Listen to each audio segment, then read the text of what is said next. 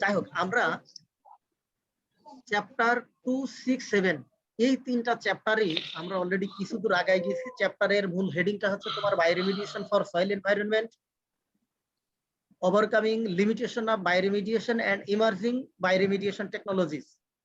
এই জায়গা থেকে অলরেডি আমরা বায়োরিমিডিয়েশনটা আমরা প্রথম চ্যাপ্টারের মাঝেও যখন আমরা দেখছিলাম এনভায়রনমেন্টাল বায়োটেকনোলজির অ্যাপ্লিকেশন, ওই জায়গা থেকেও আমরা বায়োরিমিডিয়েশনটা হচ্ছে কি তোমার এনভায়রনমেন্টাল বায়োটেকনোলজির একটা তোমার একটা টেকনিকের একটা নামই আছে তোমার bioremediation.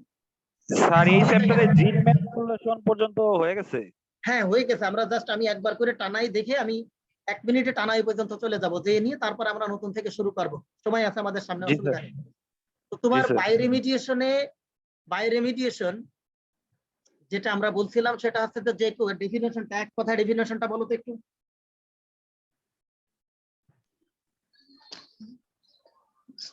Sir, bioradiation refers to the productive use of microorganisms to remove or detoxify pollutants, usually as contaminant soil, water that otherwise intermediate human health. শোনেন, এত ফাইল তো গদ্য বলা দরকার নেই আপনাদের। কি মনে হয় এখন আমার বলেই ফেললেন? কথাবার্তা বলার সময় একটু সামলাই কথা বলবেন, যে ওই পর্যন্ত হয়ে গেছে, এর আগ পর্যন্ত যে বলেছেন সে একটু ডেফিনেশনটা বলেন। আপনার ভাইবাতে যখনই ধরবে এসব একেবারে চ্যাপ্টার থেকে স্পেসিফিক যে টার্ম গুলো সেগুলো বলে তোমার ভাইবাতে ধরে, ভাইবাতে কিছু পারবা না, না পারি নিয়ে দোষ হবে তোমার টিচারের। এক কথায় আমি তোমাদের গতদিন যখন ক্লাস নিয়েছিলাম একবার সোজা ভাষায় বলছিলাম, Sir, bioremediation is the process where organic wastes are biologically degraded under control conditions to a harmless state. Thank you. এটাও অনেক তোমার যতটুকু সম্ভব যত পারা যায় একেবারে শর্টলি বলতে হবে।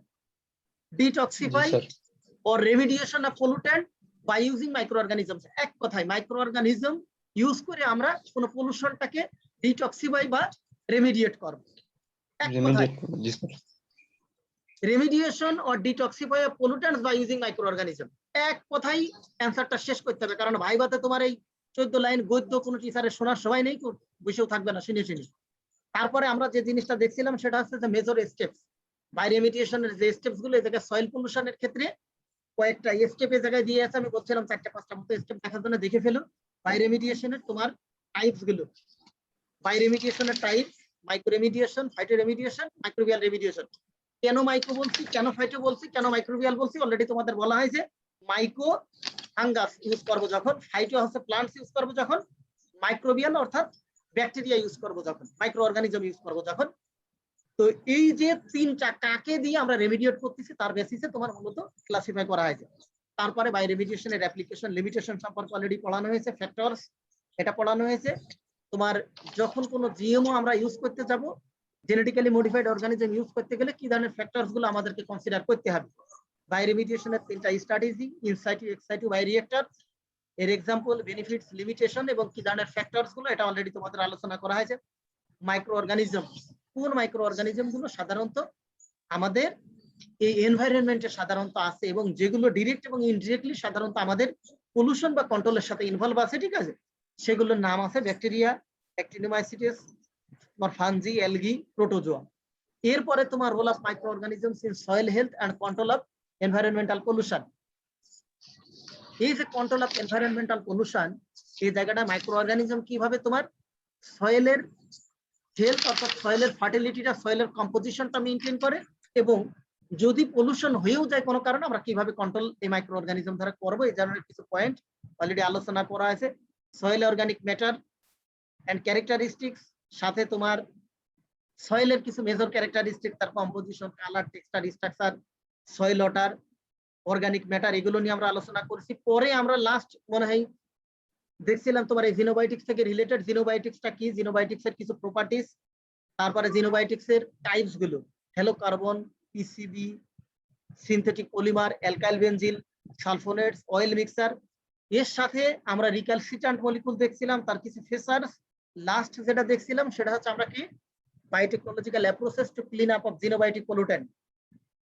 বায়োটেকনোলজির কয়টা অ্যাপ্রোচ শামিম, শুনতেছেন আমার কথা?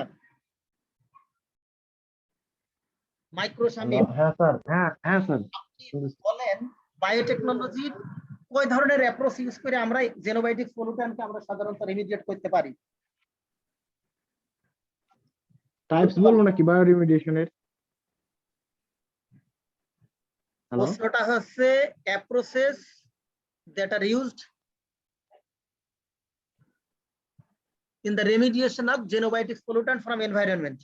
অর্থাৎ জেনোবায়োটিক পলিউট্যান্ট গুলোকে রেমিডিয়েট করার জন্য বায়োটেকনোলজির কয় ধরনের অ্যাপ্রোচ আমরা ইউজ করতে পারি? গতদিন আমরা লাস্ট যে জিনিসটা করছিলাম, বলো দ্রুত বলো।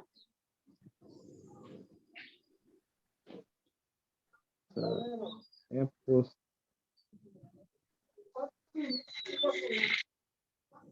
কয় ধরনের অ্যাপ্রোচ, বায়োটেকনোলজির কয়টা অ্যাপ্রোচ ইউজ করে আমরা জেনোবায়োটিক পলিউট্যান্টকে আমরা সাধারণত রেমিডিয়েট করতে পারি? কয়টা অ্যাপ্রোচ কয়টা? পড়াশোনা করেন না নাকি? অ্যাপ্রোচ মানে কি, মানে ফাংশন বুঝাইতেছেন নাকি না ক্যারেক্টারিস্টিক? অ্যাপ্রোচ মানে কি? অ্যাপ্রোচ মানে মেথডস, ওয়ে, প্রসেস, প্রসিডিওর। অ্যাপ্রোচের মিনিং দুইটা হ্যাঁ দুইটা স্যার পড়াছিলেন তো এটা স্যার। শামীমের কাছে শুনতে চাইছে, শামীম বলো। অ্যাপ্রোচ কয়টা? মানে মেথড, মানে প্রসেস গুলো স্যার। হ্যাঁ প্রসেস, কয়টা প্রসেস? স্যার প্রসেস স্যার হলো একটা, স্যার দুইটা মনে হয় স্যার। স্যার একটা হলো মাইক্রোবিয়াল, একটা স্যার ইউটিউবে দেখছিলাম স্যার, আপনি পোস্ট করছিলেন। মনে হয় না। পড়াশোনা করে ক্লাসে এসো, আর নইলে ই করতে পারবা না, রেজাল্ট ভালো হবে না। আমি আগাম বলে রাখলাম, ঠিক আছে? মনে হয় না ক্লাসে। দুইটাই স্যার, মাইক্রোবিয়াল ডিগ্রেডেশন আর স্যার জেন ম্যানিপুলেশন। আরেকটাকে পুরো নাম বলো, দুটো স্টেপের নাম বলো। স্যার মাইক্রোবিয়াল ডিগ্রেডেশন অফ জেনোবায়োটিক্স, আর হলো স্যার আরেকটা কি? জিন manipulation of pesticide degradation microorganism. ঠিক আছে, একেবারে মেজর স্টেপ গুলো এবং মূল কিছু কিছু একেবারে থিম গুলো, একেবারে বেসিক জিনিসগুলো পড়ে তারপরে ক্লাস করতে আসবা, না পারলে ক্লাসে আসা দরকার নেই। মাইক্রোবিয়াল ডিগ্রেডেশন অফ জেনোবায়োটিক্স 1 নম্বরে। এটা অলরেডি আমরা একটা পেস্টিসাইড পিসিপি, পেন্টাক্লোরোফেনল, এটার একটা কিভাবে ব্রেকডাউন অ্যারোবিক প্রসেসে কিভাবে হয়, অ্যানারোবিকে কিভাবে হয়, এটা নিয়ে গতদিন আমরা আলোচনা করছিলাম। সাথে আরেকটা মেথড ছিল জিন ম্যানিপুলেশন। অর্থাৎ জিন ম্যানিপুলেশনটা হচ্ছে আমরা কি করব, আমি গতদিন বলছিলাম যে কয়েক ধরনের জিন, অর্থাৎ কয়েক ধরনের মানে কয়েকটা মাইক্রো অর্গানিজম থেকে আমরা প্লাজমিড আইসোলেট করব এবং কোনটার ফাংশন কি, কোনটা কোন ধরনের পলিউট্যান্টকে ডিগ্রেড করতে পারে, এই জিনিসটা আমরা ক্যারেক্টারাইজ করার পরে আমরা 4-5টা প্লাজমিডকে যদি আমরা একটা প্লাজমিডের ভিতরে আমরা অ্যাকুমুলেট করতে পারি, তাহলে কি করবে ওই একটা মাইক্রো অর্গানিজম 4-5 ধরনের পলিউট্যান্টকে সাধারণত রেমিডিয়েট করতে পারবে। এই ধরনের মাইক্রো অর্গানিজমকে আমরা বলছিলাম কি জেনেটিক্যালি মডিফাইড মাইক্রোবস। এই টেকনিকটা হচ্ছে জিন ম্যানিপুলেশন টেকনিক, এবং এর আরেক নাম হচ্ছে কি সুপারবাগ। এটা আমরা ডিটেইল পরের আরেক চ্যাপ্টারে এই প্রশ্নটা আছে বলে জাস্ট ওই চ্যাপ্টারে ফিগারটা দিয়েছি। তো এ পর্যন্ত আমরা গত ক্লাসে দেখছিলাম। আজ যে জিনিসটা একটু দেখেন সেটা হচ্ছে পেস্টিসাইড। পেস্টিসাইডটা কি? পেস্টিসাইড হচ্ছে আপনার ওয়ান কাইন্ডস অফ জেনোবায়োটিক্স, যেগুলো সাধারণত আমরা পেস্ট বা ওয়েটটা কন্ট্রোল করার জন্য আমরা সিনথেটিক যে কেমিক্যাল গুলো ইউজ করি, যেগুলোকে আমরা ইনসেকটিসাইড বলি। এবং এই মানে যে কীটনাশকগুলো স্যার। হ্যাঁ কীটনাশক গুলো, যেগুলো ট্রেডিশনালি আমরা বাজারে সাধারণত এমনি দোকানে দেখবেন যে বোতলে ভর্তি থাকে। এখন আস্তে আস্তে অলরেডি ইউ হচ্ছে তোমার এক হচ্ছে যে বিভিন্ন ধরনের বায়োলজিক্যাল, হরমোনাল এবং এই বায়ো পেস্টিসাইড গুলো আস্তে আস্তে অনেক বাজারে আসতেছে। তো তোমার এখনো পর্যন্ত অনেক সময় বা আমরা অনেক সময় 2-5 বছর আগেও যেগুলো দেখে আসছি সিনথেটিক কেমিক্যাল, অর্থাৎ ইনসেকটিসাইড যেগুলো, এগুলো আছে আমার পেস্টিসাইড। এর এক্সাম্পল দিয়ে আছে দেখবেন ডিডিটি, তারপরে আছে কি 2,4-D, 2,4,5-T, ঠিক আছে? এগুলো হচ্ছে আপনার কি পেস্টিসাইড। এখন ডিডিটির বিষয়ে আপনাদের গতদিন মনে হয় বলছিলাম। ডিডিটি পুরো নামটা কি বলেন তো, খেয়াল আছে কারোর? ডাইফ্লুরো ট্রাইক্লোরোইথেন। পারেন নাই? আজ বললাম, আজ একটু শুনে রাখেন, আগামী দিন আমি পড়া ধরবো। না পারলে গঠন আছে ভিডিও ওপেন করে দাও করে রাখবো। আমি এর আগে একদিন বলেছি এই জিনিস। হ্যাঁ বলো। ডাইক্লোরোফিনাইল ট্রাইক্লোরোইথেন। এটা ইন্টারমিডিয়েটে আপনারা পড়িয়েছেন। ডাইক্লোরো ডাইফিনাইল, ঠিক আছে? তাই তো বললাম আমি স্যার। হ্যাঁ dichloro diphenyl trichloroethane sir. Dichloro diphenyl trichloroethane, ঠিক আছে? স্যার এটাই তো বলছিলাম স্যার আমি আগামী দিন আমি স্পেসিফিক্যালি এটা বলো। আমি এটাই যে বলছি। কেউ কারোর কাছে শুনবো আগে, ঠিক আছে? তারপরে আপনার পেস্টিসাইডের কিছু টাইপস দিয়ে আছে যে কি কি ধরনের পেস্টিসাইড আমরা সাধারণত ইউজ করি, আমরা পাই। তো এই জায়গাটাই মূলত ক্লাসিফাই গুলো করা হয়েছে তার মোড অফ অ্যাকশন, অর্থাৎ এই পেস্টিসাইডটা কি কাজ করে এর উপর বেসিস করে। হার্বিসাইড যেগুলো সাধারণত আমরা হার্বস গুলোকে কন্ট্রোল করার জন্য ইউজ করি। তারপরে আছে যেমন তোমার অ্যালজিসাইডস, এরপরে আছে যেমন তোমার বায়োসাইডস, মাইক্রোবিয়াল পেস্টিসাইডস, ফাঙ্গিসাইডস, ইনসেক্টিসাইডস, মোলাসিসাইডস, নেমাটিসাইডস, অ্যান্টিমাইক্রোবিয়ালস। এই যে তোমার পেস্টিসাইড গুলো আমরা বাজারে অনেক সময় দেখবেন নাম আছে মার্শাল, ও বিভিন্ন ধরনের নামগুলো, এগুলো জাস্ট বিভিন্ন কোম্পানি বিভিন্ন নামে বিক্রি করে, কিন্তু ওইগুলোর আবার ইন্ডিকেশনের ওই জায়গায় লেখা আছে যে এই কীটনাশকটা কার এগেইনস্টে ইউজ করা হবে, ঠিক আছে? এখন এই জায়গাটা আমরা যেটা পড়ছি এটা হচ্ছে যে কোন পেস্টিসাইড দিয়ে আমরা কাকে কন্ট্রোল করতে পারবো তার বেসিসে মূলত তোমার এই ক্লাসিফাই করা হয়েছে, এবং তার অ্যাকশন বলতে এই জায়গাটায় দেখো সে কাকে ঘটনা আছে কন্ট্রোল করতে পারে, কাকে মারতে পারে, এটা দিয়ে আছে তোমার অ্যাকশনের এই জায়গায়। এরপরে যে জিনিসটা লেখা আছে দেখেন, ইউজ অফ পেস্টিসাইড, পেস্টিসাইডের ইউজ, পেস্টিসাইড আমরা কই ইউজ করি। এখন পেস্টিসাইড ইউজের ক্ষেত্রে আমরা তো অলরেডি যেগুলো বলছি যে আমরা কিসের জন্য আমরা ইউজ করতে পারি। আমরা এক হচ্ছে যেমন তোমার ইনসেক্ট পেস্টকে কন্ট্রোল করার জন্য, আমার এলগি বলেন, ফাঞ্জি বলেন, তোমার এক হচ্ছে যে মোলাস্কা বলতে যে আমরা শামুক, ঝিনুক টুনুক এগুলো দেখবা যে আমরা অনেক সময় আবাদি জমি থেকে সাধারণত মারার জন্য কীটনাশক ইউজ করা হয়। তারপরে তোমার নেমাটিসাইডস বলতে তোমার অনেক সময় দেখবা ছোট ছোট টাইপের, অনেক সময় কেঁচোমেচো টাইপের ছোট ছোট পোকাগুলো, কিছু জুপ্লাঙ্কটন আছে যেগুলো সাধারণত কি করে তোমার কাল্টিভেটেড ল্যান্ডে সাধারণত তোমার গ্রোয়িং প্লান্টস কে সাধারণত কি করে, বা তোমার প্লান্ট এক হচ্ছে যে মাছ বিভিন্ন ধরনের যেগুলো সাধারণত কি করা হয় এগ্রিকালচারাল সেক্টরে কাল্টিভেট করা হয়, সেগুলোকে সাধারণত ক্ষতি করে, এগুলোকে আমরা মারার জন্য সাধারণত কি করি। তারপর আছে দেখেন এই জায়গায় বি, অফস, অ্যান্ডস, পিঁপড়া টিপড়া মারার জন্য সাধারণত আমরা ইউজ করি, ঠিক আছে? ওয়েড অলরেডি এগুলো আমি বলছি, ঠিক আছে? তারপরে আছে বেসিক্যালি আনওয়ান্টেড যেসব ইগুলো বিভিন্ন ধরনের ছোট ছোট ইনসেক্ট পেস্ট আছে, ছোটখাটো কিছু জুপ্লাঙ্কটন আছে, ফাইটোপ্লাঙ্কটন আছে, কিছু ওয়েড আছে, ইনসেক্ট আছে, যেগুলোকে সাধারণত আমাদের কি করে কাল্টিভেটেড ল্যান্ডে আমাদের ঘটনা আছে, আমাদের সেই প্লান্টস বলো বা ফিশ বলো এগুলোকে এক হচ্ছে যে এগুলো সাধারণত ক্ষতি করে থাকে, এগুলোকে আমরা মারার জন্য পেস্টিসাইড গুলো ইউজ করি। এটা হচ্ছে আপনার ইউজে লেখা আছে, দেখেন এই জায়গা থেকে 2-4টা পড়ে ফেলেন। এরপরে তোমার আছে লেখা আছে দেখেন অ্যাডভার্স ইফেক্ট। পেস্টিসাইড গুলো সাধারণত আমাদের এনভায়রনমেন্টে কি কি ধরনের ঘটনা আছে, অ্যাডভার্স ইফেক্ট বলতে ক্ষতিকর কি কি মূলত ক্ষতি করে থাকে, যার মাঝে তোমার অলরেডি এই জায়গাটায় অনেকগুলো নাম আছে। এই জায়গায় আছে ডিডিটি আমি আপনাদের গতদিন মনে হয় ক্লাসে একটা জিনিস বলছিলাম, ডিডিটি যেমন তোমার ইউজ করায় অনেকগুলো, অনেক সময় তোমার প্রিজারভেন্ট হিসেবে সাধারণত ইউজ করি, অনেক সময় হয় কি যে বিভিন্ন ধরনের তোমার কি গুলো গ্রেইন গুলো খাদ্যশস্য টস্য থেকে শুরু করে এসব ধরনের জিনিসগুলো লং টাইম স্টোরেজ করার জন্য ডিডিটি পাউডার ইউজ করা হয়।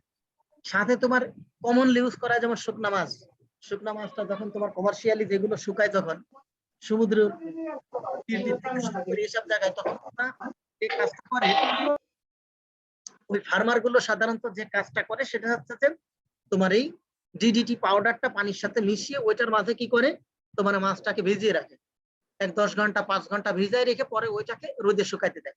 কোনো পোকামাকড় ওর কাছে আসবে না, এবং ওটা শুকানোর পরেও 2, 5, 10 বছর যদি তুমি রাস্তার গায়ে বস্তায় করে ফেলে রাখো তারপরে ওর কাছে কোনো পোকামাকড় আসবে না। কিন্তু তুমি নর্মালি শুকায়ে যদি তুমি যতই এয়ারটাইট একটা বক্সের মধ্যে রাখো 2-3 মাস 4 মাসের মধ্যেই দেখবা যেটা পোকা খেয়ে গেছে। কোন দিক দিয়ে পোকা ঢুকেছে কিভাবে ঢুকেছে খেয়ে যাবে, কিন্তু ডিডিটি দিয়ে এগুলো কোনোভাবে খাবে না। এই যে ডিডিটি মানে খুবই টক্সিক একটা জেনোবায়োটিক্স, যদি এটা কোনো কারণে আমাদের খাওয়া পড়ে, আল্লাহ না করুক যে তোমার একটা পিপিএম পরিমাণও যদি তোমার বডিতে এটাই এন্টার হয়, তাহলে ওটা তোমার কি হবে, তোমার বায়োলজিক্যাল সিস্টেমের মধ্যে বায়ো অ্যাকুমুলেশন হবে, এবং বায়ো অ্যাকুমুলেশন হওয়া মানে একসময় ঘটনা আছে যে ধরে নাও যে তোমার লিভার, কিডনি, হার্ট বলো, ক্লোন বলো, যে কোনো জায়গায় ওই ইনফেক্ট করবে, এবং ঘটনা আছে সে জায়গাটা রিমিথাইলেশন এবং কি করবে এক পর্যায়ে এমনকি ক্যান্সার, তোমার কোলন ক্যান্সার বলো, এই বিভিন্ন ধরনের ক্যান্সার গুলো সাধারণত এইসব ধরনের টক্সিক ইসের জন্য সাধারণত হয়ে থাকে। তারপরে তোমার এনজিন, জাই এনজিন থেকে শুরু করে হেপাটোক্লোরমুলার আর অন্যান্য টক্সিক যেসব ইগুলো আছে। তারপরে তোমার পিসিবি আছে, যেটা এই পিসিবিটাও সাধারণত মানে খুবই ক্ষতিকর। সাথে তোমাদের আমি মনে হয় গতদিন আরো একটা জিনিস বলছিলাম, যেমন পিএইচ আছে, পলিঅ্যারোমেটিক হাইড্রোকার্বন, আমরা না জেনেও অনেক সময় খেয়ে ফেলি। তোমার আমরা সাধারণত যেসব ফাস্ট ফুড, জাঙ্ক ফুড যেগুলো বলি আমরা, অনেক সময় আমরা দোকান থেকে দেখবেন যে খাই, এই যে ভাজা ভাজা কাবাব, এই যে কি ফ্রাইড চিকেন মিকেন আদার্স ফাদার যা খাই, এই জায়গাটায় তোমার ঘটনা আছে যে এইগুলো মাংস যখন এক্সেস বার্ন করা হয়, তখন ওই মাংসের মাঝে তোমার যে থাকে, মাংসের মাঝে আমরা তো সাধারণত জানি প্রোটিন লিপিড আছে। এখন এইটা যখন বেশি বারণ করা হবে, তখন ওই জায়গা থেকে তোমার প্রোটিন এবং ওই লিপিডটা সাধারণত তোমার এক পর্যায়ে কনভার্ট হয়ে সাধারণত পলিঅ্যারোমেটিক হাইড্রোকার্বন তৈরি করে, যেটা আমাদের জন্য খুবই ক্ষতিকর। এই ধরনের খাবারগুলো ঘটনা আছে যে আমাদের লিভার বলো, তোমার স্টোমাক বলো, তোমার অনেক সময় চর্বি জমে যাবে স্যার, হ্যাঁ রক্তে যদি স্যার চর্বি জমে যাওয়ার সম্ভাবনা থাকে। সেটা তো আছেই, সাথে তোমার ধরে নাও যে অনেক সময় যে জিনিসগুলো হয় কি, যে এই ধরনের ফুডগুলো অনেক সময় তোমার ব্লাড ভেসেলে সাধারণত প্লাক ফর্ম করে, যেটা আমরা বলি অ্যাথারোস্ক্লেরোসিস, ঠিক আছে, মায়োকার্ডিয়াল ইনফ্রাকশন থেকে শুরু করে এইসব জিনিসগুলো অনেক সময় তার হার্ট ব্লক করে ফেলে, ঠিক আছে। তোমার ব্রেন যে স্ট্রোক মিস্ট্রোক সাধারণত এই সমস্যাগুলো সাধারণত ঘটে থাকে, যার কারণে এই ধরনের ফুডগুলো সর্বাত্মক চেষ্টা করা উচিত যত সম্ভব অ্যাভয়েড করে চলার জন্য, ঠিক আছে। তো এই যে কথাগুলো আমরা যতটুকু বলছি, এই জিনিসগুলো হচ্ছে আপনার এই জায়গাটায় দেখবেন একটু পড়িয়ে, আপনার পেস্টিসাইডের অ্যাডভার্স ইফেক্ট সাধারণত এই জায়গায় যা লেখা আছে এইগুলো আপনারা এই জায়গা থেকে আপনাদের মতো করে 5-6টা মতো পয়েন্ট নিজেদের মতো করে একটু পড়িয়ে নিয়েন। এরপরে একটা জিনিস এই জায়গাটায় লেখা আছে দেখেন, molecular structure of some biodegradable recalcitrant molecule. আমি আপনাদের সেদিন মানে বলছিলাম, এই যে বায়োডিগ্রেডেবল বা রিক্যালসিট্যান্ট এই জেনোবায়োটিক্স গুলোর স্ট্রাকচারটা সাধারণত কেমন হয়। এখন কিছু জেনোবায়োটিক্স আছে যেগুলো সাধারণত তোমার হওয়া সম্ভব। এক পর্যায়ে মাইক্রো অর্গানিজম গঠন আছে, তুমি জেনেটিক্যালি মডিফাই করো বা এক্সিস্টিং যদি তোমার মাইক্রো অর্গানিজমটা কোনো কারণে যদি স্টেন ডেভেলপমেন্ট হয়ে থাকে, অর্থাৎ সে মিউটেশনের মাধ্যমে হোক, সে রিকম্বিনেশনের মাধ্যমে হোক, জেনেটিক ইঞ্জিনিয়ারিং মাধ্যমে হোক, এই ধরনের মাইক্রো অর্গানিজম গুলো সাধারণত যেমন 2,4-D, তোমার প্রোফাম বলছি, কার্বারাইল বলছি, মিথক্সিকুলোর বলছি, এগুলোকেও অনেক সময় তোমার বায়োলজিক্যালি ডিগ্রেড করতে পারে। কিন্তু তোমার যেগুলো 2,4-5T আছে, প্রোপাকুলোর আছে, তারপরে যেমন এলড্রিন আছে, ডিডিটি আছে, এগুলোকে তোমার হাজার হাজার বছর চেষ্টা করলেও কখনো এগুলোকে ডিগ্রেড করা সম্ভব না, ঠিক আছে। স্ট্রাকচারটা একটু দেখেন, স্ট্রাকচারটা আপনাদের কাজ থাকবে, আপনারা একটু প্র্যাকটিস করবেন। আপনাদের পরীক্ষার আগে এমন হয়েছে হয়তো আমি দুটো স্ট্রাকচার দিছি যে এইটার এটা ডিডিটি এবং তুমি 2,4-D স্ট্রাকচারটাই করো, আঁকো। তো এই জায়গা থেকে তোমরা এই একেবারে একটার সাথে আরেকটার মিল আছে দেখো, যেমন 2,4-D আর 2,4-5T, দেখো দুটো একই জিনিস, জাস্ট এর হচ্ছে তোমার 4 নম্বর কার্বন পর্যন্ত ক্লোরিন আছে, আর জাস্ট 5 নম্বর কার্বনে যখন অ্যাড করা হয়েছে তখন এটাকে বলছি আমরা 2,4-5T, ঠিক আছে। এরকম কিছুটা একটার সাথে আরেকটার অনেক মিল আছে, তোমরা স্ট্রাকচার গুলো একটু করবা, এটা প্র্যাকটিস করো। আমরা আর দুই একটা জিনিস দেখে আর দেখবো না। এরপরে দেখো সুস মাইক্রোঅর্গানিজমস ইউজড ফর বায়োরেমিডিয়েশন অ্যাপ্লিকেশন। আমরা মাইক্রো অর্গানিজমকে সাধারণত বেশি চুজ করি, আসলে কেন করি আমরা? প্লান্টস বা এক হচ্ছে যে ফাঙ্গাস, যেগুলো এগুলো না করে আমরা একেবারেই মাইক্রো অর্গানিজম বলতে যেটা সাধারণত বুঝছি সেটা হচ্ছে যে ব্যাকটেরিয়া। ব্যাকটেরিয়াটাকে কেন আমরা সাধারণত চুজ করি, এবং ব্যাকটেরিয়ার সাথেও অনেক সময় ফাঙ্গাসও আমরা মাইক্রো অর্গানিজমের মাঝে করি, কেন এগুলো চুজ করি? তার মাঝে তোমার মেইন যে কয়েকটা কথা আছে এই জায়গাটাই, দুই একটা আমি একটু পড়ে শোনাই। দেখেন যে to utilise a wide variety of compounds make organisms ideal candidate for use of metabolism of pollutant. এই পলিউটেন্টের ভিতরের তোমার কম্পোজিশনটাকে সে কি করবে, সে তার সাবস্ট্রেট এবং তার নিউট্রিয়েন্টস হিসেবে ইউজ করতে পারে মাইক্রো অর্গানিজম গুলো। তারপরে দেখেন নাইট্রোজেন, কার্বন এবং এনার্জি সোর্স হিসেবে ইউজ করতে পারে। এর সাথে এমনকি যে তোমার ইউটিলাইজ জেনোবায়োটিক্স পলিউট্যান্ট, কিছু কিছু জেনোবায়োটিক্স পলিউট্যান্ট গুলোকে সাধারণত তারা কি করে, ইউটিলাইজ করতে পারে। এরপরে তোমার আরো দুই একটা একেবারে লাস্ট যে কথাটা লেখা আছে দেখেন, may also be applied to overcome the toxic or inhibitory effect of particular pollutant or metabolite. এই ধরনের এই তোমার পলিউট্যান্ট বা মেটাবোলাইট গুলোকেও সাধারণত তারা ইউটিলাইজ করতে পারবে, এবং ইউটিলাইজ করেই তারা কি করবে, ওইটাকে এনার্জি সোর্স হিসেবে ইউজ করে সে নিজেও গ্রো করতে পারবে, কাল্টিভেটেড হবে, এবং সাথে সে এটাকে ডিটক্সিফাই করতে পারে মাইক্রো অর্গানিজম গুলো, এগুলোই মূল কারণ, ঠিক আছে। এইবার একটা জিনিস আছে দেখেন, the use of fungi for bioremediation of pollutants from natural environment. আমরা ফাঙ্গাসটা স্পেসিফিক্যালি ফাঙ্গাস আমরা কেন ইউজ করি এবং ফাঙ্গাস ইউজ করলে আমাদের বাই রেমিডিয়েশনের ক্ষেত্রে আমাদের লাভ থাকে। তো তোমার 1 নম্বরে লেখা আছে, দেখো যে ফাঙ্গাসের মূল যে কাজটা, to degrade and utilise a wide variety of complex natural substrate such as cellulose, hemicellulose, lignin and protein. এই ফাঙ্গাস গুলো সাধারণত আমাদের যে এই পলিউট্যান্ট গুলো, এই সাবস্ট্রেট গুলো থেকে আমাদের কি করতে পারে, সেলুলোজ, হেমিসেলুলোজ, লিগনিন এবং প্রোটিনের সোর্স হিসেবে তারা ইউজ করতে পারে। 2 নম্বরে যেটা লেখা আছে দেখেন, to degrade a range of complex xenobiotic pollutants including তোমার ক্লোরিনেটেড ফেনলস,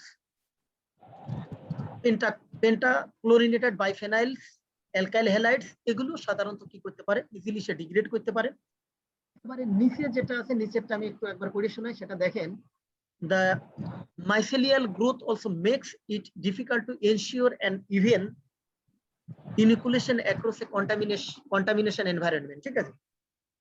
এই ফাঙ্গাসের যে মাইসেলিয়াল থাকে, এই মাইসেলিয়াল গ্রোথের জন্য সাধারণত মানে তোমার এক হচ্ছে যে কিছু কিছু কন্টামিনেন্টস সাধারণত ইনোকুলেট হিসেবে ইউজ করতে পারে, ঠিক আছে। এই জিনিসগুলো আপনাদের আমাদের ক্লাস কয়টা থেকে? 11:30 না?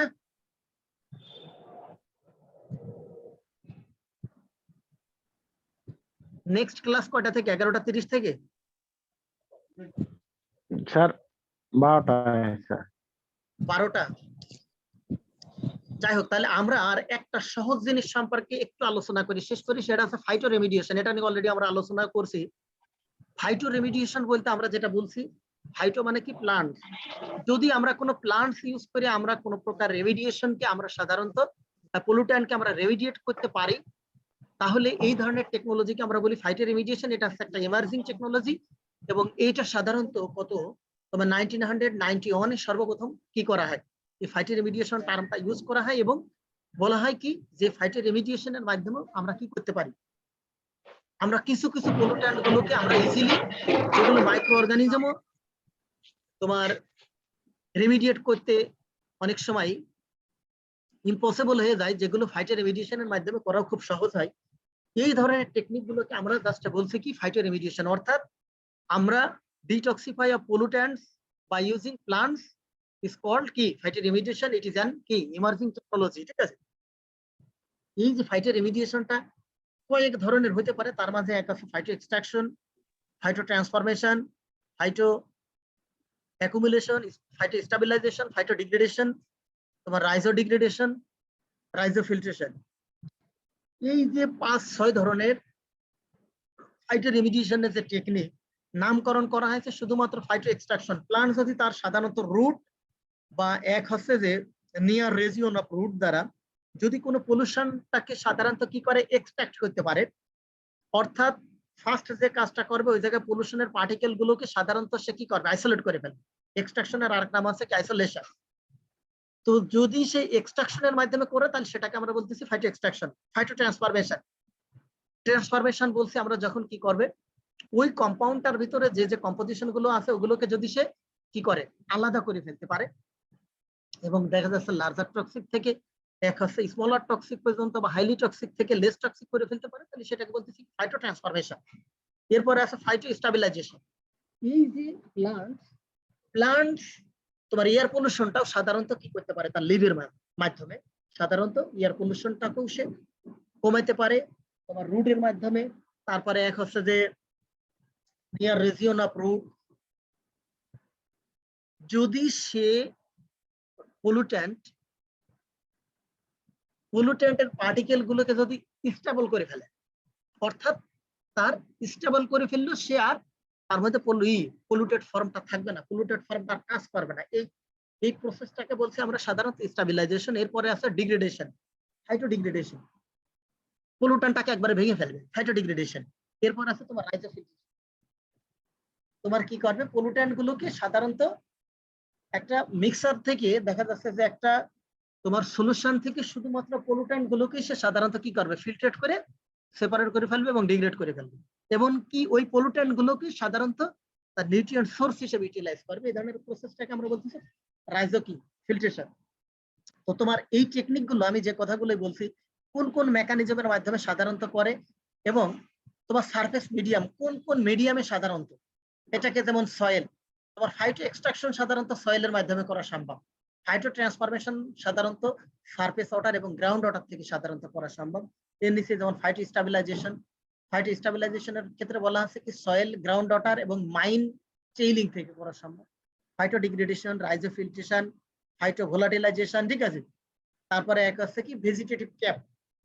এই টোটালি যে টেকনিক গুলো, এই মাধ্যমগুলোতে সাধারণত প্লান্টস গুলো তোমার কি করে, বিভিন্ন টক্সিক পলিউটান্ট গুলোকে সাধারণত রেমিডিয়েট করে থাকে। আমরা আজ আর পড়বো না, আমরা নেক্সট দিন মাইক্রো অর্গানিজমের দুই একটা স্পেসিফিক, এক হচ্ছে যেমন তোমার পেস্টিসাইডটাকে সাধারণত আমরা দেখছি, আমরা বায়োটেকনোলজির মাধ্যমে করছি, সেটা হচ্ছে কি এক হচ্ছে মাইক্রো অর্গানিজমের মাধ্যমে পিসিবিটাকে দেখছি যে কিভাবে ভাঙে, আর আরেকটা জিনিস দেখছি কি জিন ম্যানিপুলেশনের মাধ্যমে কিভাবে সম্ভব। কিন্তু এই জায়গাটাই তোমার মেটাবলিজমটা, মাইক্রোবিয়াল মাইক্রোব সাধারণত কিভাবে পেস্টিসাইডটাকে মেটাবোলাইজ করে থাকে,